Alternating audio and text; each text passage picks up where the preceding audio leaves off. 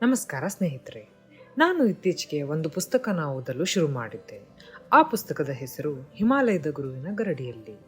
ಇದು ಒಂದು ಅದ್ಭುತ ಯೋಗಿಯ ಆತ್ಮಕಥೆ. ಆ ಯೋಗಿಯೇ ಶ್ರೀ ಎಂ. ಅವರು ಮುಸ್ಲಿಂ ಧರ್ಮದಲ್ಲಿ ಜನಿಸಿ ಧರ್ಮವನ್ನು ಅಧ್ಯಯನ ಮಾಡುತ್ತಾರೆ. ಅವರು ತಮ್ಮ ಗುರುವಿನ ಅನ್ವೇಷಣೆಗೆ 18ನೇ ವಯಸ್ಸಿನಲ್ಲಿ ಹಿಮಾಲಯದ ಪರ್ವತದ ಕಡೆಗೆ ಹೋಗುತ್ತಾರೆ. ಅಲ್ಲಿ ಅವರಿಗೆ ಬೇರೆ ಬೇರೆಯ ಅನುಭವಗಳು.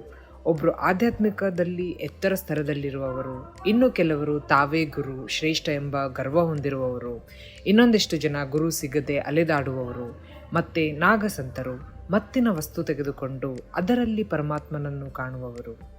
ಹೀಗೆ ಅವರ ಗುರುವಿನ ಹುಡುಕಾಟ ಶುರುವಾಗುತ್ತದೆ. ಗುರುವನ್ನು ಹುಡುಕಿ ಅವರು ತಾಳ್ಮೆಯ ಹಂತ ಮಿತಿ ಮೀರಿ ಆತ್ಮಹತ್ಯೆಯ ಕಡೆಗೆ ಹೋಗುತ್ತದೆ. ಆವಾಗ ಶ್ರೀ ಮಹಾವತಾರ ಬಾಬಾಜಿಯವರ ಶಿಷ್ಯ ಶ್ರೀ ಮಹೇಶ್ವರನಾಥ ಬಾಬಾಜಿಯವರು ಅವರನ್ನು ಶಿಷ್ಯರಾಗಿ ಸ್ವೀಕರಿಸುತ್ತಾರೆ.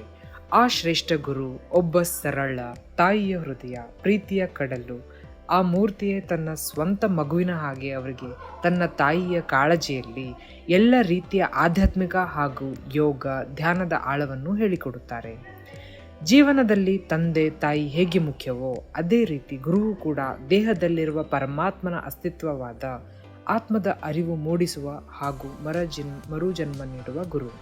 ಅದಕ್ಕೆ ಹಿರಿಯರು ಹೇಳಿದ್ದಾರೆ, ಹರಮುನಿದರು ಗುರು ಕಾಯುವ ಎಂದು.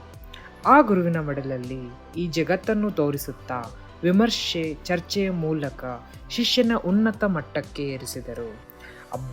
ಅದ್ಭುತ ಅನುಭವಗಳ ಸರಮಾಲೆ ಈ ಪುಸ್ತಕ. ಪ್ರತಿ ಸಾಧಕಿಯರಿಗೂ ಮಾರ್ಗದರ್ಶನವಾಗುವ ಪುಸ್ತಕವಿದು.